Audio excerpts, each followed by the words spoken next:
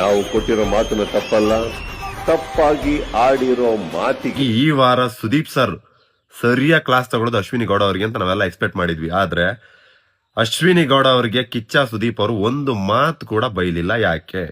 ಇದು ಬರೀ ನನಗ್ ಬರ್ತಾ ಇರ್ತಕ್ಕಂಥ ಡೌಟ್ ಅಲ್ಲ, ಇಡೀ ಕರ್ನಾಟಕ ಜನತೆಗೆ ಬರ್ತಾ ಇದೆ. ಪ್ರತಿಯೊಬ್ರು ಕೂಡ ಬೇಜಾರಾಗೋಗಿದ್ದಾರೆ.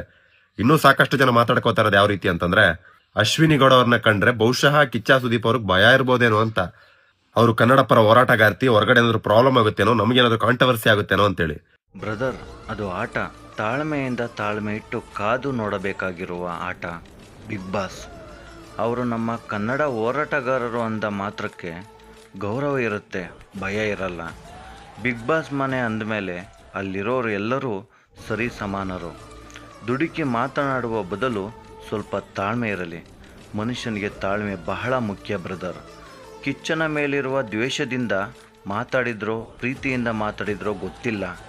ಅವರು ಏನೋ ಮಾತಾಡ್ತಾ ಇಲ್ಲ ಅಂದರೆ ಮುಂದೆ ಏನೋ ಕಾದಿದೆ ಅಂತ ಅರ್ಥ, ಭಯದಿಂದ ಅಲ್ಲ. ಈ ವಾರದ ಬಿಗ್ ಬಾಸ್ ನೋಡಿ, ಕಿಚ್ಚ ಸುದೀಪ್ ಸರ್ ಮಾತಲ್ಲಿ ತೂಕ ಇರುತ್ತೆ, ಅದಂತೂ ಸತ್ಯ. ಇಡೀ ಕರ್ನಾಟಕಕ್ಕೆ ಗೊತ್ತು.